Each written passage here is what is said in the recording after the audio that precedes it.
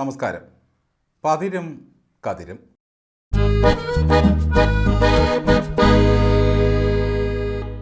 മലർന്നു കിടന്ന് തുപ്പുന്നവരെ ചുമ്മുന്ന ഒരു മഹാപ്രസ്ഥാനമായി തീർന്നു ശരിക്കും നമ്മുടെ കോൺഗ്രസ്. കേരളത്തിലെ അതിൻ്റെ അവസ്ഥ അതിദയനീയമാകുന്നെങ്കിൽ അതിൻ്റെ കാരണക്കാർ വേണ്ടപ്പോൾ വായ തുറക്കാത്ത നേതൃത്വം തന്നെയാണ്. എന്നാൽ അവർ കോട്ടുവായിട്ടാലോ ഒരു പ്രസ്താവനയുടെ എഫക്റ്റാണ് താനും.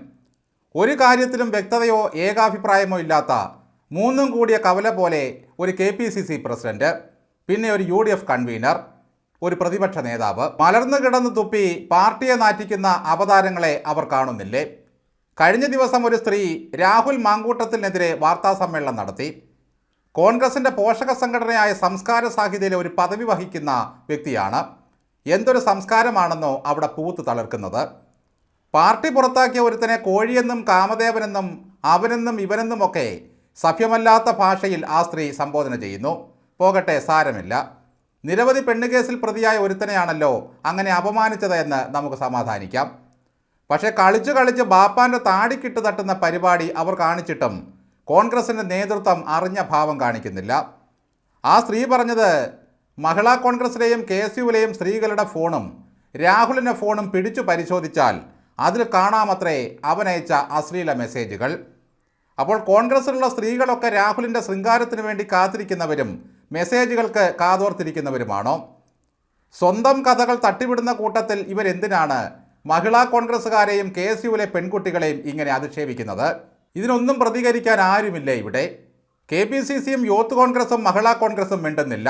അവൻ്റെയൊക്കെ അണ്ണാക്കിൽ അറക്കപ്പൊടി നിറച്ചിരിക്കുകയാണ്. ഇവരുടെ വാക്കുകൾ ആർക്കു വേണ്ടി ഡെഡിക്കേറ്റ് ചെയ്തതാണ്? കോൺഗ്രസിൽ സ്ത്രീകൾ പരാതിപ്പെട്ടാലും യാതൊരു കാര്യവുമില്ല എന്ന് പറയുന്ന ഇവർ ഇപ്പോഴും കോൺഗ്രസ്സുകാരിയാണോ? പത്മജ വേണുഗോപാലിൻ്റെ അതേ ശബ്ദമാണ് ഇവർക്കും. ഞാൻ സാഹിത്യകാരിയാണ്, എഴുത്തെനിക്ക് വലിയ പാഷനാണ്, ധൈര്യമുണ്ടോ രാഹുലിന് എന്നോട് മുട്ടാൻ വരാൻ എന്നൊക്കെയാണ് വീമ്പടി. അങ്ങേയറ്റം വിശ്വസിച്ച ഒരാൾ തന്നെപ്പറ്റി പറഞ്ഞത് കേട്ടപ്പോൾ ഞെട്ടി എന്ന് മാത്രമാണ് രാഹുൽ അഭിമുഖത്തിൽ ഈ സ്ത്രീയെപ്പറ്റി പറഞ്ഞത്. അതിൻ്റെ വാലറ്റം പിടിച്ച് ആർക്കോ വേണ്ടി തെരഞ്ഞെടുപ്പ് പ്രചാരണത്തിനിറങ്ങിയ ആ എഴുത്തുകാരി ഉളുപ്പില്ലാത്ത വർത്തമാനങ്ങളാണ് പറഞ്ഞതത്രയും. ഈ സ്ത്രീക്കെതിരെ നടപടിയെടുത്താൽ കോൺഗ്രസിന് വല്ല ഗ്ലാനിയും സംഭവിച്ചാലോ? അതേസമയം അയൽവാസിയായ രാഹുലിനെ അതിജീവിതനെന്ന് വിളിച്ച ശ്രീനാദേവിയെ പാർട്ടി താക്കീത് ചെയ്തിരുന്നു. കോൺഗ്രസിൽ സ്ത്രീകൾ അപമാനിക്കപ്പെടുന്നുവെന്നും പരാതി പറഞ്ഞിട്ടും രക്ഷയില്ല എന്നും സംസാരിക്കുന്ന ഈ കുലംകുത്തിയെ പാർട്ടി കാണുന്നില്ലേ? മുകേഷും ആർഷോയും ഒക്കെയാണ് ഇവരുടെ പ്രിയപ്പെട്ടവർ. സ്ത്രീകളെ ഇത്രയധികം ആദരിക്കുന്നവർ വേറെ എവിടെ കാണും? രാഹുലിനൊപ്പം നിന്ന് ഞാനൊരു സെൽഫി പോലും എടുത്തിട്ടില്ല എന്ന് പറഞ്ഞ ഇവർ അവർക്കൊപ്പം നിന്ന് പടമെടുത്ത് പ്രദർശിപ്പിക്കുന്നുമുണ്ട്. ആർഷോയും മുകേഷും ഒക്കെ നല്ല കുലമഹിമയുള്ള ആളുകളാണല്ലോ. CPMൻ്റെ ഏജന്റായി പ്രവർത്തിക്കുന്ന ഒരു സ്ത്രീയുടെ ഉള്ളിലിരിപ്പ് തിരിച്ചറിയാൻ കഴിയാത്ത കോൺഗ്രസ് ഇത്തരക്കാരെ എന്തിനാണ് ചുമ്മിക്കൊണ്ട് നടക്കുന്നത്? പാർട്ടി പുറത്താക്കിയ ഒരാളെ വീണ്ടും മഹിളാ കോൺഗ്രസുമായും KSUവുമായും കൂട്ടിക്കെട്ടിയത് എന്തിനായിരുന്നു?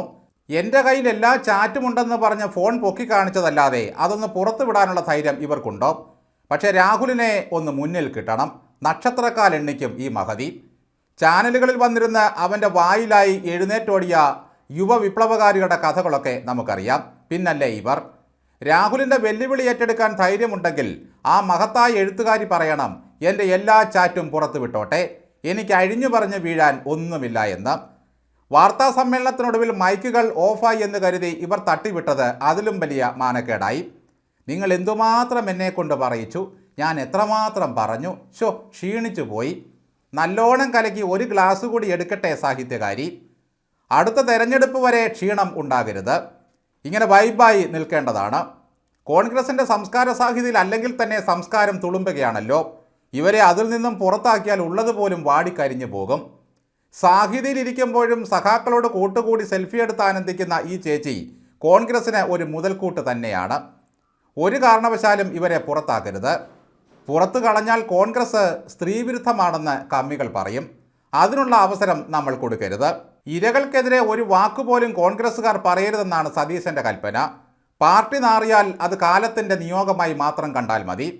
ഈ സാഹിത്യകാരി പറഞ്ഞതനുസരിച്ചാണെങ്കിൽ ചാറ്റിലൂടെ കേരളത്തിലെ മഹിളാ കോൺഗ്രസിനെയും KSUവിനെയും അടർത്തിയെടുക്കാനുള്ള ശക്തി രാഹുലിന് ഉണ്ടെന്ന് വേണം കാണാൻ. എന്തായാലും രാഹുലിനെ കാമദേവനെന്ന് വിശേഷിപ്പിച്ച് വാർത്താ സമ്മേളനം നടത്തിയ സാഹിത്യകാരി പുലിവാല് പിടിച്ച ലക്ഷണമാണ്. രാഹുലിൻ്റെ ഒറ്റ അലക്കിൽ നിറം പോയി. തനിക്ക് സിവിൽ സർവീസ് പരീക്ഷയിൽ റാങ്ക് കിട്ടിയെന്ന് കോഴിക്കോട് ഗുരുവായൂരപ്പൻ കോളേജിൻ്റെ മാനേജ്മെൻറ്റിനെ തെറ്റിദ്ധരിപ്പിച്ച് വൻ സ്വീകരണം ഏറ്റുവാങ്ങിയ പുള്ളിയാണെന്നാണ് ഇപ്പോൾ ഈ സ്ത്രീക്കെതിരെ ഉയരുന്ന ആരോപണം. എന്നാൽ പിന്നീട് ഇത് തെറ്റാണെന്ന് കോളേജ് അധികൃതർ കണ്ടെത്തിയത്രേ. അതിൻ്റെ നാണക്കേടിൽ കോളേജ് വിടേണ്ടി വന്നുവെന്നുമാണ് പ്രചരിക്കുന്ന ആരോപണം. ഈ വിഷയത്തിൻ്റെ നിജസ്ഥിതി അവർ വാർത്താ സമ്മേളനം നടത്തി പുറത്തുവിടേണ്ടതാണ്. അല്ലെങ്കിൽ തലയിൽ തൊപ്പിവെച്ച പടങ്ങളൊക്കെ ശത്രുക്കൾ പ്രചരിപ്പിച്ചെന്നിരിക്കും. പിറക്കാതെ പോയ IAS എന്ന് ആക്ഷേപിക്കാനും ഇടയുണ്ട്.